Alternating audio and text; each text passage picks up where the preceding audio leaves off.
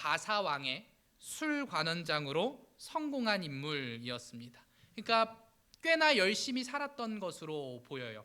포로 출신이지만 그래도 꽤나 높은 그 벼슬에 높은 자리까지 관직까지 올라간 사람이니까요.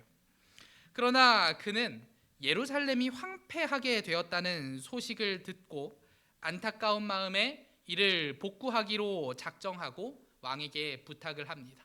왕에게 이야기하는 거죠. 내가 예루살렘으로 돌아가 저 고향 땅의 성벽을 재건해야겠습니다. 그러니 나를 좀 보내주세요라고 이야기한 거죠.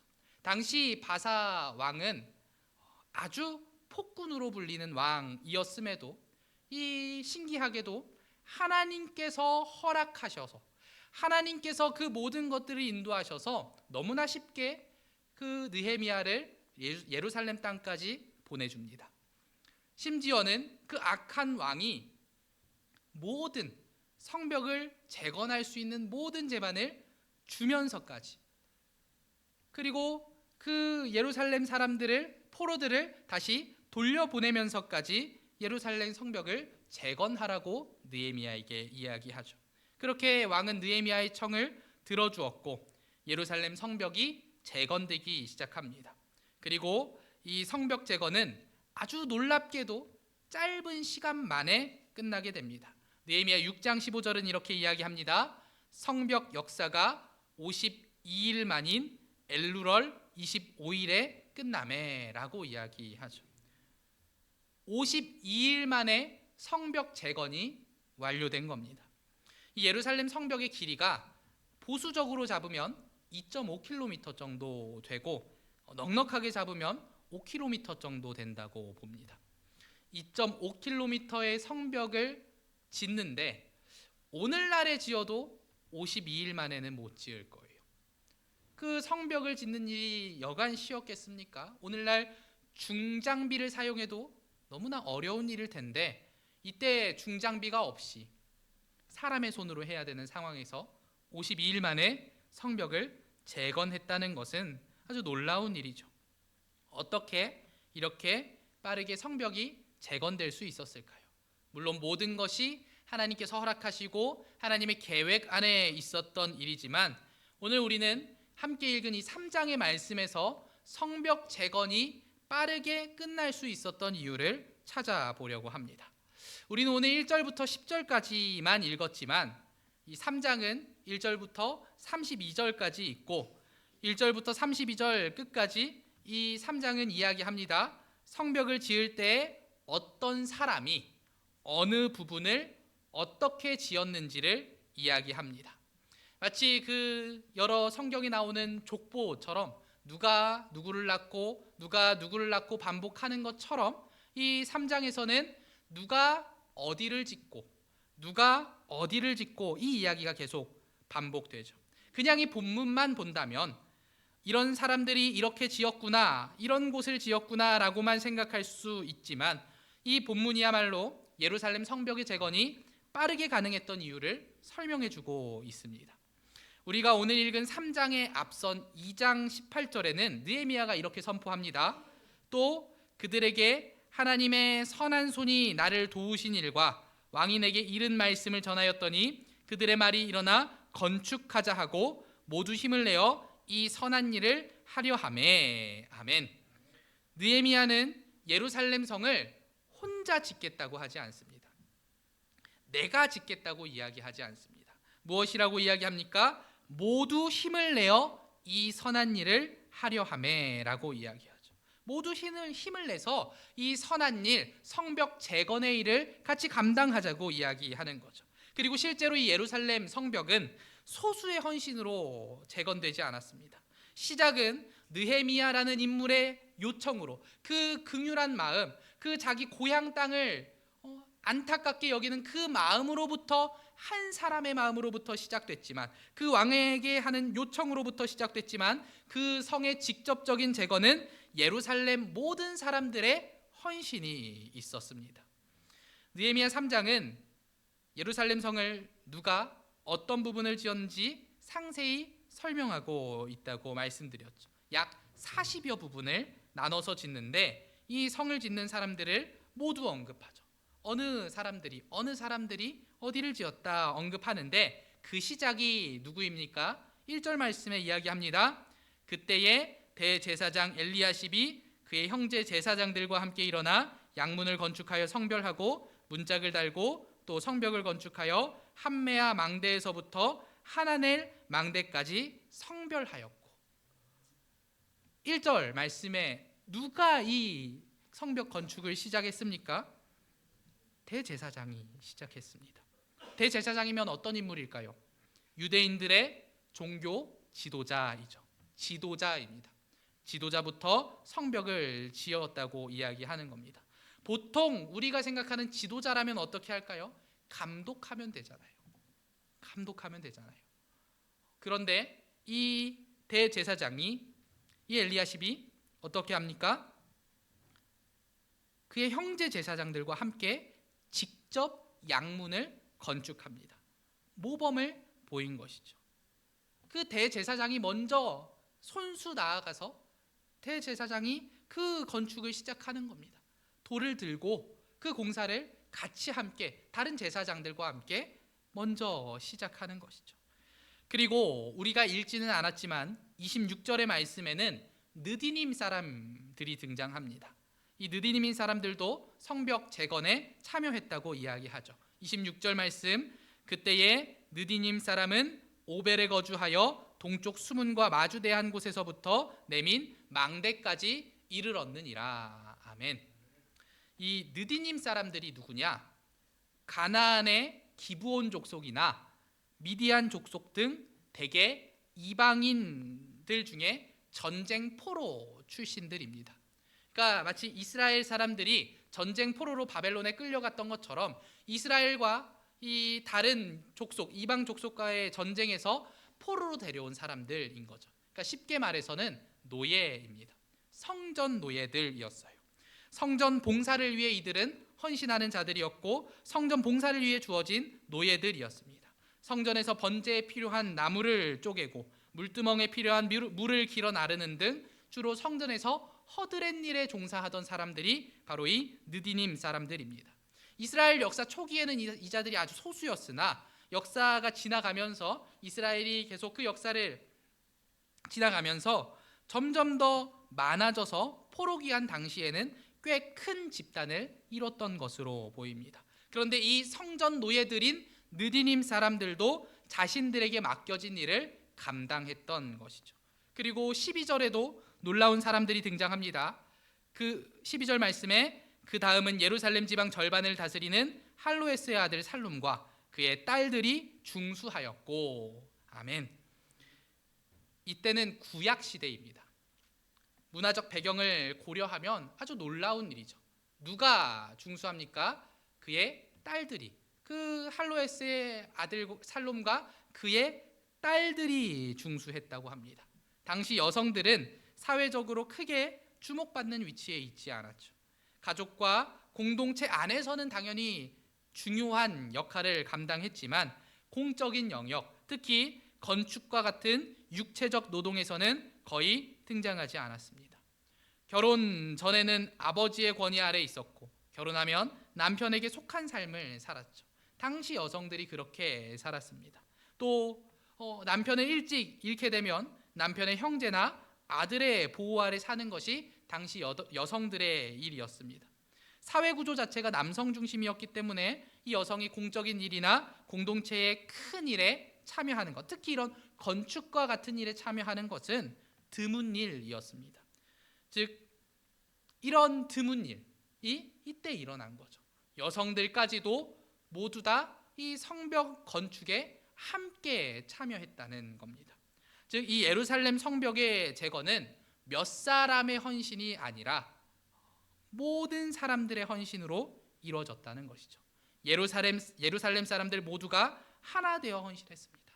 대제사장과 성전 노예가, 남자와 여자가, 또 많은 사람들이 함께 지었다는 겁니다. 이 예루살렘 사람들은 성벽 재건이라는 목표에 하나 되어 나아갔던 거죠. 목표를 향해 각자 맡겨진 위치에 맡겨진 일을 감당했던 겁니다. 신분의 높고 낮음이나 그 성별에 관계없이 아무런 그런 상관없이 함께 성전을 지어갔다는 거죠. 물론 이들 사이에도 상당한 의견 차이가 있었을 겁니다. 어찌 그 많은 사람들이 모여서 일을 하는데 아무런 갈등이 없을 수가 있을까요? 실제로 예루살렘 성벽을 지을 때에도 문제가 있었습니다. 5절은 이야기합니다. 그 다음은 드고아 사람들이 중수하였으나 그 귀족들은 그들의 주인들의 공사를 분담하지 아니하였으며 라고 이야기하죠. 이 드고아 사람들 중에 귀족들은 자신들의 일을 분담하고 공사를 하지 않은 겁니다. 성벽을 짓지 않은 겁니다. 드고아 사람들 모두가 아니라 귀족들만 그런 거죠. 실제로 드고아 사람들 중 평민들은 더 많은 부분을 맡아서 성벽을 재건합니다. 27절에 보면 그 다음은 드고아 사람들이 한 부분을 중수하여 내민 큰 망대와 마주대한 곳에서부터 오벨 성벽까지 이르렀느니라. 이 드고아 사람들은 오히려 더 많은 일들을 감당하는 중에 귀족들은 성벽 재건에 참여하지 않은 겁니다. 성경은 왜 그들이 참여하지 않았는지 직접 설명하지 않습니다. 그러나 그 당시에 사회적, 정치적 상황을 고려하면 몇 가지 배경을 생각해 볼 수 있죠. 귀족들은 기존의 지위와 권력을 유지하는 데 민감했던 계층이었고, 성벽 재건은 단순한 건축 공사가 아니라 예루살렘 공동체의 재건을 의미하는 상징적 행위였기 때문에 정치적 부담이 따랐을 겁니다. 당시에는 그 예루살렘에 영향을 미치고 있던 사람은 사마리아를 다스리던 총독 산발랏이었고, 산발랏은 예루살렘 성벽 건축을 못마땅해 하며 방해하는 사람이었습니다. 그러니 그 영향을 끼치고 있는 그 산발랏을 보고 이 느헤미야를 도와서 성벽을 지어야 할지 아니면 산발랏을 도와서 성벽을 방해해야 할지 알 수가 없었던 거죠. 무엇이 자신의 지위를 유지할 수 있을지 모르는 상황에서, 그 정치적 부담이 따르는 상황에서 감당하고 싶지 않았던 거죠. 한 걸음 떨어져 있고 싶었던 것입니다. 또한 이 성벽 공사가 그런 외부 대적들의 적대감을 불러올 수 있기에 귀족들은 그 위험을 감당하지 않고 싶었을 수도 있습니다. 혹은 느헤미야의 리더십을 온전히 인정하지 않았거나, 앞서 말씀드린 대로 그 바벨론이나 사마리아 등 주변 세력과 얽힌 이해관계 때문에 소극적인 태도를 취했을 수도 있죠. 하지만 성경이 이 드고아의 귀족들을 통해 이야기하는 바는 하나님의 일이 진행되는 가운데에서도 사람의 생각, 체면, 자존심, 이해관계와 같은 것들 때문에 참여를 거부하는 사람들이 있었다는 겁니다. 하나님의 일이라고 해서 모든 사람이 한마음이 될 수 있다는 건 아니라는 거죠. 공동체의 중심을 세우는 아주 중요한 이 일, 예루살렘 공동체의 중심을 세우는 성벽 재건이라는 이 일에 있어서도 어떤 사람들은 머뭇거리고 어떤 사람들은 반대하고 어떤 사람들은 손을 놓고 있었다는 겁니다. 이러한 의견 차이 외에도 성벽 재건 과정에는 갈등의 요소들이 많았습니다. 느헤미야 시대의 성벽 공사는 오늘날처럼 한 구역씩 해나가는 구조가 아니었습니다. 느헤미야 시대의 성벽 공사는 예루살렘 성벽 전체를 동시다발적으로 공사해야 했습니다. 그러니까 구역을 점차 늘려가면서 이렇게 완공해 나간 것이 아니라 모든 곳에서 한 번에 쌓아 올려야 했다는 거죠. 이는 외부 공격의 위협이 여전히 존재했고, 실제로 우리가 3장 이후에 보면은 산발랏이 이 예루살렘을 공격하겠다고 선전포고하기도 하고, 또 도비아도 그것을 방해하고, 많은 대적들이 있는 상황에서 성벽을 지어야 했기에, 그리고 최대한 빠른 시간 안에, 그렇기 때문에 예루살렘의 그 방어력을, 성벽을 지어서 회복해내야 했기 때문에 모든 구간을 동시에 세우는 방식을 취해야 했습니다. 그것이 전략적으로 옳은 방식이었죠. 그러나 이 방식은 공동체 내부에는 갈등을 일으킬 수 있는 구조이기도 합니다. 특히 이 성벽을 지을 때 새로운 성벽을 짓는 것이 아니라 예루살렘 성벽, 무너진 예루살렘 성벽을 재건하는 겁니다. 그러면 어딘가는 많이 무너져 있을 것이고, 어딘가는 무너져 있는데 그 잔해들이 남아서 치우고 새로 지어야 했을 곳도 있을 것이고, 그래도 좀 잘 버티고 있는 곳이 있어서 크게 힘이 들어가지 않는 구역도 있었을 겁니다. 이 중수, 재건이기 때문에 새로운 건축보다도 훨씬 복잡하고 난이도가 높은 것이죠. 또 어떤 곳은 지형이 단단하고 평평했지만 어떤 곳은 험준하거나 지반이 약해 더 많은 노동력이 필요했을 겁니다. 제가 지난주에도 말씀드렸잖아요. 예루살렘이 어느 동네에 있었습니까? 산에 있었습니다. 그 산지에 있었으니 어딘가는 정말 그 산지에 돌을 쌓아 올려야 되는 곳이었을 수도 있다는 거죠. 그러니 더 많은 노동력이 필요했을 겁니다. 그리고 그렇게 되는 경우에 모든 사람이 똑같이 일할 수 없다는 거죠. 구역을 나눠 맡았기 때문에 누군가는 쉬운 구역, 누군가는 어려운 구역을 맡았다는 거죠. 때로는 돌을 몇 개만 보수하면 되는 곳도 있겠지만 어떤 구간은 돌을 처음부터 다듬고 옮기고 쌓아야 하는 곳, 이러한 상황은 충분히 갈등을 야기할 수 있는 환경이었습니다. 왜 우리는 이 힘든 지역을 맡아야 하나? 왜 저 사람들은 쉬운 곳에서 일하는가? 라는 불평이 나올 수도 있는 현실적인 상황이었죠. 게다가 20절부터 32절까지를 보면 갈등의 가능성이 더 커질 수밖에 없는 장면들이 등장합니다. 이 구절들은 군기고에서 양문 앞까지 예루살렘 성의 동쪽 구간을 담당했던 사람들의 명단인데, 이 지역은 예루살렘 성벽 중에서도 가장 넓은 구간이며 가장 심하게 파괴되었던 곳입니다. 전쟁의 충격이 집중되었던 곳이기에 돌도 많이 부서지고 성벽의 기초조차 남아있지 않은 지점들이었죠. 그래서 이 지역은 다른 지역보다 더 많은 인원과 노동력이 필요했습니다. 실제로 이 구역은 어떤 사람들이 감당했습니까? 그 모두가 잘 이 성벽을 나눠서 맡았으면 좋았을 텐데 인원이 부족했던 것 같아요. 그러니 이 구간에 다른 구간을 이미 맡았던 사람들이 다시 추가로 투입됩니다. 무레못, 핫숲, 아까 이야기했던 드고아 사람들, 하나냐, 무슬람 등은 한 곳만 작업하고 끝난 것이 아니라 이미 맡은 구간을 마친 후에 또 이 어려운 구간에서 성벽을 재건해야 했습니다. 이 구간이 너무나 어려운 구간이었기에, 피해가 큰 구간이었기에 이들이 또다시 나서야 했던 것이죠. 그러니 이 구조, 지금까지 말씀드린 이 성벽 재건의 구조가 어떻습니까? 갈등을 충분히 불러올 수 있는 구조다라는 것이죠. 우리는 2번 일하는데 왜 어떤 사람들은 1번 일합니까? 라는 불평이 나올 수도 있는, 왜 누군가는 쉬운 곳을 맡고 나는 가장 어려운 곳을 맡습니까? 하는 그 생각이 들 수밖에 없는 상황이었습니다. 그러나 성벽을 짓는 예루살렘 사람들 모두가 이를 문제 삼지 않은 것이죠. 갈등이 될 만한 이 요소들을 갈등으로 만들지 않았다는 겁니다. 그저 자신에게 맡겨진 일들을 감당했습니다. 누가 일을 많이 했고 누가 적게 했네, 누가 쉬운 곳을 맡았네, 누가 어려운 곳을 맡았네 말하지 않고 그저 내게 주어진 일을 모두가 묵묵하게 해냈다는 것이죠. 내가 다른 이들보다 조금은 손해보는 자리에 있더라도, 내가 좀 더 어려운 일을 하게 되더라도 누구도 불평하지 아니하고 성벽 재건이라는 큰 목표를 향해 모두가 하나 되어 나아갔다는 겁니다. 그렇기 때문에 오늘날에도 어려운 이 성벽 재건을 52일 만에 끝낼 수 있었다는 것이죠. 그리고 이러한 예루살렘 성벽 재건의 모습이 교회의 모습이 되어야 합니다. 우리 생명샘 교회의 모습이 이와 같아야 합니다. 사람이 모인 공동체이기에 당연히 갈등도 있고 의견 차이도 있을 수 있습니다.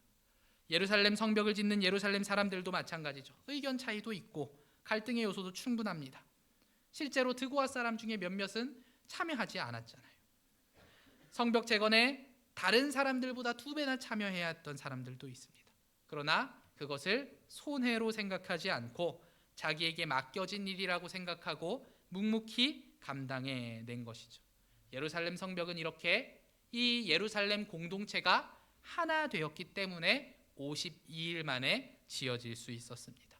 각자가 맡은 역할에 최선을 다했습니다. 그것이 내게 조금 손해가 되더라도 그것을 나의 일로 생각하고 하나님께서 나에게 맡기신 일로 그 사명으로 생각하고 해낸 겁니다. 그렇기 때문에 전 세계적으로도 전무후무한 이 일을 예루살렘 사람들이 해낼 수 있었던 거죠. 하나님께서 이 공동체에 원하시는 일이 무엇인지 알고 그것을 행하는데 최선을 다했기 때문에 성벽이 재건될 수 있었던 것이죠. 생명샘 교회도 마찬가지입니다. 우리도 우리에게 주어진 일을 감당해야 하는 것이죠. 하나님께서 나에게 맡겨주신 그 자리를 지킬 때 교회가 교회로 설 수 있습니다. 우리 생명샘 교회가 하나님이 기뻐하시는 교회로 설 수 있는 겁니다. 물론 쉬운 일은 아닙니다. 느헤미야와 예루살렘 사람들도 결코 쉽지 않았을 겁니다. 성벽을 다시 세우는 일이죠. 그것도 아주 짧은 시간 내에 모두가 하나 되어서 세워야 하는 일. 우리가 오늘 함께 보지는 않았지만 뒤에 이어지는 4장에서부터는 성벽을 지으면서 있었던 어려운 일들을 이야기합니다. 외세의 침입도 있고 내부의 갈등도 있었으며 거짓과 날조로 선동하는 자들도 있었습니다. 또 이들은 그 외세의 침입에 맞춰서 때로는 한 손에는 무기를 들고 한 손만으로 일해야 되는 상황도 벌어집니다.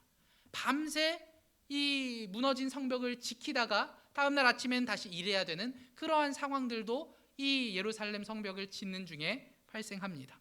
그럼에도 불구하고 예루살렘 사람들은 자신의 자리를 지켰고 자기에게 맡겨진 일을 해냈기에 이 성벽이 지어질 수 있었던 것입니다. 우리 지난주에 봉사 지원서를 드렸습니다. 어떤 생각을 하셨습니까? 나는 예배드리고 기도하는 것으로 만족하니 또 봉사는 나의 일이 아니라고 생각하지는 않으셨습니까? 헌신된 자들의 일이고 나는 그 정도는 아니니까 그것은 내 일이 아니라고.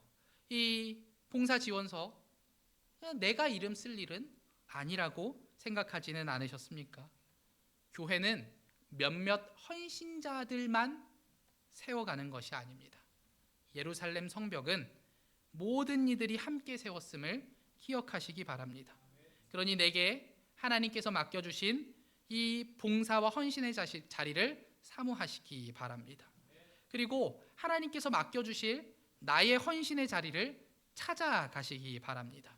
기도함으로 구하시고 구할 때 주시는 자리를 정말 사모함으로 나아가시기를 바랍니다. 또 매번 헌신과 봉사의 자리에 나아가셨으나 이제는 조금 내려놓고 싶으신 분들도 할 수 있는 한 한 번 더 감당하시기 바랍니다. 예루살렘 성벽도 그랬다는 거죠. 한 번 더 감당하는 자들이 있었습니다. 남들보다 더 많은 일을 감당해야 하는 자들도 있었습니다. 더 어려운 작업을 해내야 하는 사람들도 있었습니다. 그러나 그들로 인하여 이 성벽이 재건될 수 있었음을 기억하시기 바랍니다. 하나님은 결코 그 헌신을 잊지 않으십니다. 교회를 세우고 교회를 살리는 일에 헌신한 그 손길들을 결코 잊지 않으시는 거죠. 그래서 히브리서 6장 10절은 이렇게 이야기합니다. 우리 한 목소리로 같이 읽습니다. 시작. 너희 행위와 그의 이름을 위하여 나타낸 사랑으로 이미 성도를 섬긴 것과 이제도 섬기고 있는 것을 잊어버리지 아니하시느니라. 아멘. 하나님은 잊지 않으신다는 겁니다. 성도를, 그러니까 교회를 섬긴 것을 결코 잊지 않으십니다. 솔직히 우리 그런 생각 들잖아요. 이렇게까지 해야 되나? 내가 이만큼까지 해야 되나? 왜 나만 하나? 이런 생각이 들기 마련입니다. 사람은 그래요. 당연히 그런 생각이 듭니다. 그러나 말씀이 분명히 이야기하는 거죠. 예루살렘 성벽이 그렇게 지어졌고 그 자들은 그만한 수고를 했다고 성경이 분명히 기록하고 있습니다. 그리고 오늘날 우리가 그것을 보고 있습니다. 하나님이 그들의 수고를 결코 잊지 않으신다는 거죠. 우리가 이것을 기억하며 하나님의 일을 감당했으면 좋겠습니다. 더욱더 그 봉사와 헌신의 자리를 사모하시기 바랍니다. 아까 우리 영선 형제가 앞에서 인도하는데 이게 참 은혜가 되더라고요. 이 기타 배우긴 배웠는데 하긴 해야 되는데 사실 얼마나 두렵겠습니까? 처음 하는 건데. 제가 저 마음을 알아요. 왜냐하면 제가 생명샘교회 와서 처음으로 세례식 할 때 그 전날 잠을 못 잤거든요. 어떻게 하지? 어떻게 세례식 해야 되지? 처음 해보는 건데 막 잠이 안 왔어요. 아마 영선 형제도 그랬을 건데, 근데 왜 합니까? 하나님께서 봉사와 헌신의 자리로 세우셨으니까. 사실 그냥 마이크만 들고 지금까지 하던 대로 해도 괜찮잖아요. 그러나 교회를 위해서, 우리 공동체를 위해서, 조금 더 하나님께서 기뻐 받으시는 찬양을 위해서, 우리 모두가 더욱더 즐겁게 찬양하기 위해서, 하나님을 높이기 위해서 그 일을 감당하는 것 아니겠습니까? 부담이죠. 어렵죠. 하지만 그것이 교회를 살리고 교회를 세우고 하나님께 기뻐하시는 일이기 때문에 헌신의 자리를 감당하는 것입니다. 우리 성도님 모두들 그러시잖아요. 그만할까 싶다가도 이것이 교회를 살리는 일이기 때문에 우리가 충성하지 않습니까? 그러니 그 각자 맡겨진 자리를 한 번 더 충성하시기 바랍니다. 느헤미야 시대에 예루살렘 성벽이 단 52일 만에 재건될 수 있었던 이유는 기적 같은 일 때문이 아니라 모두 각자에게 맡겨진 자리를 지켰기 때문입니다. 누군가는 양문을 세웠고, 누군가는 물을 길어 나르며 뒷받침했고, 누군가는 가장 힘든 동쪽 성벽을 2번이나 맡아 수고했습니다. 누군가는 이름도 없이 기록도 없이 헌신했지만 하나님은 그 수고를 하나도 놓치지 않으시는 분이라는 거죠. 우리 생명샘 교회도 마찬가지입니다. 우리는 내년을 준비해야 합니다. 25년을 잘 마치고 26년을 준비해야 하죠. 교회의 미래를 위해 기도하며 나아가야 하는 중요한 시기의 한가운데 있습니다. 이때 하나님은 우리에게 묻고 계신 거죠. 너는 내가 맡겨준 그 자리에서 충성하고 있느냐? 우리는 모두 다른 위치에 서 있습니다. 어떤 분은 보이는 자리에서 수고하고, 어떤 분은 아무도 알아주지 않는 곳에서 묵묵히 헌신합니다. 또 어떤 분은 지금까지 누구보다 많이 헌신해 오셨고 이제 시작하려는 분도 있을 겁니다. 그러나 중요한 것은 하나님께서 맡기신 자리를 내가 잘 지키고 있느냐 하는 것이죠. 예루살렘 성벽이 세워진 것처럼 우리 생명샘 교회도 모두가 각자 맡은 자리를 지킬 때 세워짐을 기억하시기 바랍니다. 교회는 결코 몇몇 헌신자들의 열심만으로 세워지는 공동체가 아닙니다. 교회는 모두의 헌신, 모두의 수고, 모두의 참여가 함께 모여 세워지는 곳입니다. 그러므로 각자의 자리에서 다시 한번 결단하시기 바랍니다. 기도의 자리에서, 예배의 자리에서, 봉사의 자리에서, 찬양의 자리에서, 그 섬김의 자리에서 하나님께서 맡겨주신 일을 감당하시기 바랍니다. 혹시 조금 지치고 내려놓고 싶은 마음이 있으시더라도 그 수고를 하나님께서 기억하신다는 것을 항상 새기고 그 일을 감당하시기 바랍니다. 하나님은 절대로 잊지 않으십니다. 하나님 정말 절대로 잊지 않으세요. 제가 예전에도 한번 말씀드린 적 있는 것 같은데, 전도사 때 논산 내려오는 게 그렇게 힘들었어요. 매주 서울에서 논산을 매주 왔다 갔다 하는 게 너무 힘들더라고요. 근데 제가 계산을 해보니까 그 차비로만 수백을 썼더라고요. 차비로만 수백을 썼는데 그때는 왜 이렇게 해야 되나 그런 생각을 정말 많이 했는데, 살아가다 보니까 하나님께서 그것을 잊지 않고 채우시더라고요. 그 수고를 보시고 하나님께서 다 채워주시더라고요. 우리 성도님들, 교회를 위해, 하나님의 나라를 위해, 우리 이웃들을 위해 헌신하신 그 손길을 하나님께서 반드시 기억하십니다. 그리고 하나님께서 반드시 채우십니다. 사람은 기억하지 못할 수도 있어요. 사람은 기억 못해요. 아니, 내일 아니면 사실 관심도 없을 수도 있어요. 그러나 사람이 기억하지 못해도, 기록되지 않아도, 어쩌면 박수가 없어도 하나님은 기억하십니다. 그리고 반드시 갚아주십니다. 올해 그리고 이제 내년에 우리 교회가 각자의 자리에서 충성하는 교회가 되기를 원합니다. 정말 하나 되어서 그 성벽을 세우는 교회, 하나님께서 기뻐하시는 교회로 세워지기를 원합니다. 그러니 주님께서 우리에게 맡기신 그 자리 믿음으로 끝까지 지켜내시는 우리 모든 성도님들이 되시기를 주님의 이름으로 축원합니다. 우리들 이 시간 기도하기 원합니다. 하나님, 하나님께서 내게 맡겨주신 그 자리에 내가 서 있기 원합니다. 하나님께서 내게 허락하신 그 자리를 사모하기를 원합니다. 세상에 박수가 없을 수도 있습니다. 사람들은 모를 수도 있습니다. 그러나 하나님 아십니다. 내가 이 자리를 위해 얼마나 헌신하고 얼마나 수고하고 얼마나 눈물 흘리며 얼마나 기도하는지 하나님께서 아시기에 하나님, 내가 오늘도 그 일을 감당하고 하나님 내일도 감당하며 내년에도 그 일을 감당하려고 합니다. 하나님, 은혜를 더하여 주시고 하나님께서 함께 하심을 기억하면서 하나님, 내가 그 자리를 지켜내게 하여 주시옵소서. 하나님, 우리 생명샘교회가 그렇게 각 성도들이 각자의 자리를 지켜낼 때 하나님께서 함께하여 주시고 하나님께서 세워주실 줄 믿사오니 굳건한 교회로, 정말 하나님이 기뻐 받아주시는 교회로, 정말 하나님께서 사랑하시는 그 교회로 세워주실 것을 믿사오니 우리 맡겨진 그 일을 온전히 감당하는 우리 모두가 되게 하여 주시옵소서. 우리 나를 위해서, 내가 그것을 감당하기를 위해서 기도하시고 또 우리 모든 성도들이 그것을 위해 감당할 수 있도록, 그것을 감당할 수 있도록 우리 한 목소리로 주님의 이름 부르며 기도합니다. 주여 하나님, 함께하여 주시옵소서. 주여 하나님, 우리가 이 생명샘 교회를 세워가기를 원합니다. 하나님께서 세우라 명하신 교회, 하나님께서 사랑하시는 이 교회를 우리가 각자의 일을 감당하며 각자에게 맡겨주신 사명을 감당하며 나아가기를 원합니다. 하나님, 사람은 보지 못할 수도 있습니다. 하나님, 박수갈채가 없을 수도 있습니다. 하나님, 너무나 어렵고 너무나 힘들고 괴로워서 때로는 남들보다 2배 3배 더 열심히 해야 돼서 너무나 외롭고 힘들 때도 있습니다. 그러나 하나님, 내게 그것을 맡겨주셨사오니, 내게 사명으로 주셨사오니 우리가 그것을 감당하기를 원합니다. 하나님, 내가 그렇게 감당할 때 나의 수고를 잊지 않으시고 채워주시는 주님, 나의 수고를 잊지 않고 채워주시는 주님께서 나의 그 모든 것을 하시고 더하여 주실 것을 믿사오며, 또한 그럴 때에 우리 교회가, 우리 생명샘 교회가 세워질 줄로 믿사오니 하나님 함께하여 주시고 우리 모두가, 우리 성도 한 사람 한 사람이 각자 맡겨진 그 자리에서 봉사와 헌신을 결심하게 하여 주시옵소서. 주여 하나님, 함께하여 주시기를 간절히 바라옵건합니다. 주님, 우리들 우리의 힘으로 할 수 없습니다. 마음을 더하여 주시고 그 결단할 수 있도록 함께하여 주시고 주님 인도하여 주시옵소서. 주께서 함께하여 주실 때만이 그것이 가능할 줄로 믿사오니 주님, 우리에게 맡겨진 자리 섬기고 헌신하게 하여 주시옵소서. 그렇게 우리가 충성하고 하나님의 성벽을 세우고 하나님이 기뻐하시는 교회가 되게 하여 주시옵소서.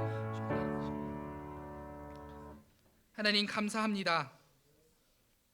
하나님께서 우리 생명샘 교회와 함께 해주시고 또한 이렇게 말씀을 통하여 다시금 결단하게 하시니 감사드립니다. 주님, 우리가 오늘 들은 말씀을 잊지 않고 봉사와 헌신의 자리, 하나님께서 내게 맡겨주신 그 자리 나아가게 하실 줄 믿사오니 주님, 우리가 온전히 감당해내는, 그러므로 생명샘 교회를 세우고 하나님의 채우심을 경험하는 우리 생명샘 교회 모든 성도들 되게 하여 주시옵소서. 언제나 함께 해주시는 예수님의 이름으로 기도합니다. 아멘. 광고하겠습니다.